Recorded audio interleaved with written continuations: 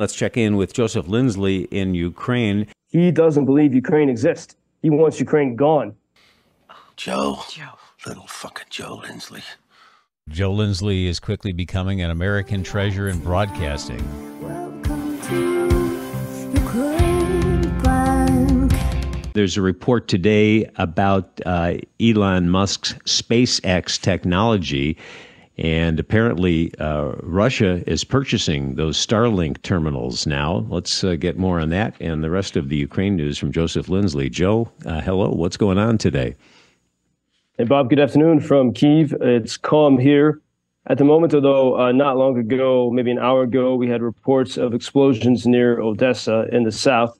And several points today about Elon Musk and SpaceX. So there have been reports in the past 24 hours that Russians have been using Elon's Starlink satellites, to have internet access in the field in order to coordinate strikes and gather intel.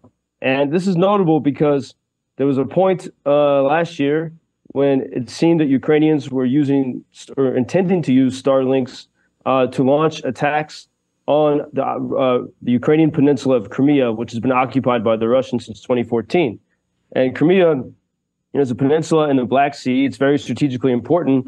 It has really Russia's largest naval base and key air bases. And it's from Crimea that Russia routinely attacks Ukraine. And Elon Musk said he did not want Starlink to be used for Ukrainians to hit Crimea because that would be, and the magical word, an escalation. And it's a similar policy that we see from the White House. The White House has still refused to give Ukraine explicit permission to hit targets in Crimea. Ukraine has used weapons from the United Kingdom and some other countries very successfully to hit Russian assets in Crimea. And as we've talked about, in fact, they made it Crimea untenable for the Russian Navy. Much of the Russian Navy had to move to a port on mainland Russia. And so Crimea is incredibly important in this. Many people believe that until Crimea is freed from the Russian grip, there will always be a threat to Ukraine from Russia. And so it's notable that Elon said, okay, Ukrainians can't use Starlink to attack Crimea, but when Russians are on Ukrainian soil, soil they have invaded since 2022, they seem to be able to use it. And perhaps this is not a surprise because, as I realized last night on X/Twitter, there's this live audio chat feature called Spaces. I mean, Elon Musk, Space and X are his big themes, and everything he has is named in the same way. So this live audio chat last night is called Space on X, and it included Elon Musk, Vivek Ramaswamy, former presidential candidate, and 3 United States senators, JD Vance from Ohio, and Mike Lee from Utah, and Johnson, I think, from North Dakota.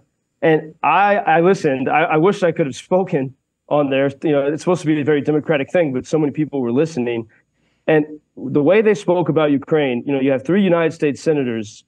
The U.S. Senate was designed by the founding fathers. They have 6-year terms so that they're not susceptible to demagoguery and the people, and they have time to study and to get things right. That's why the Constitution gives the Senate power over foreign affairs. The House does not have that power. They sort of expected sort of demagogic stupidity from the House, but the Senate is supposed to be, it's the senior institution of our government. And to listen to those 3 senators speak about Ukraine, okay, fine if you don't agree and you have some ideological difference and you don't want to support Ukraine, but to speak in the way they spoke with total regard for what's happening. For example, JD Vance said, the senator from Ohio, also, he was the guy who his book became that famous movie, Hillbilly Elegy, which sort of launched his political career.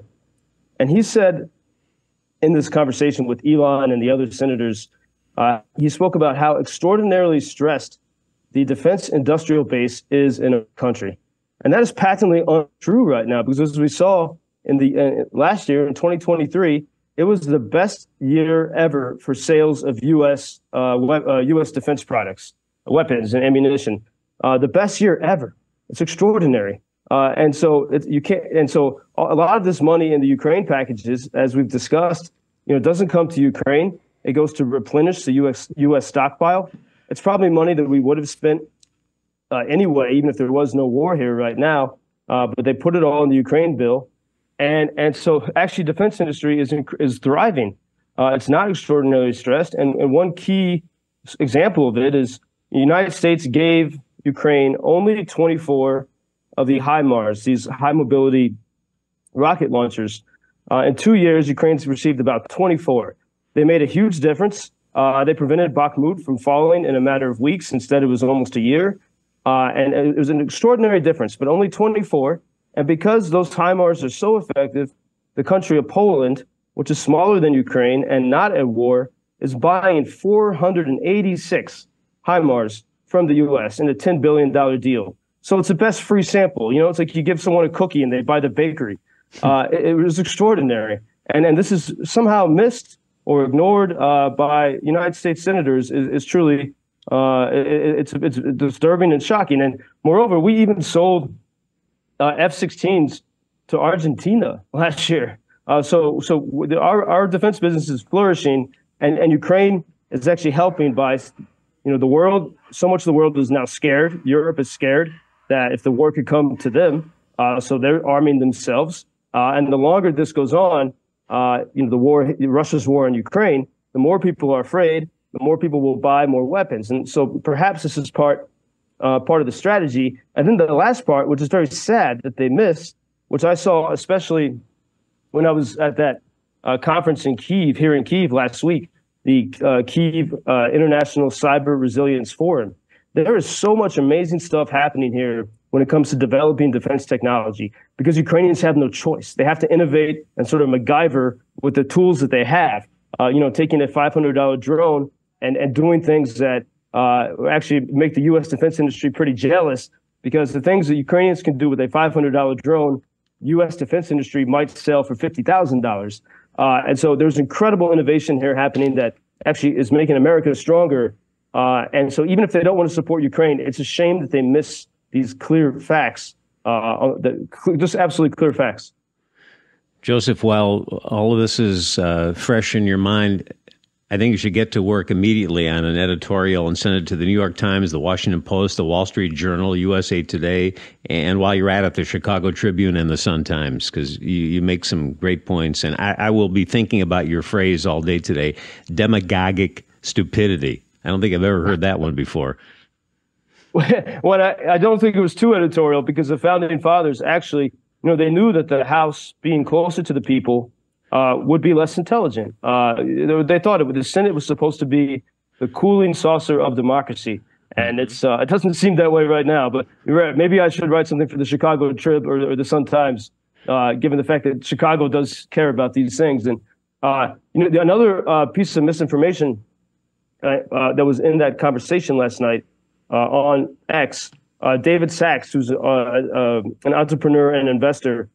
He also is from South Africa, like Elon Musk, and well-respected entrepreneur. And he kept quoting what Putin said to Tucker Carlson, that this could have been ended in the spring of 2022, except for one person. Allegedly, they say Boris Johnson encouraged Ukraine not to negotiate. And Russia started saying this, and now it's quoted as gospel. There's no evidence of that. And moreover, if you look at everything Putin has said, going back to an essay he wrote in the summer of 2021, to every speech he's given about Ukraine, to his interview with Tucker, he doesn't believe Ukraine exists. He wants Ukraine gone.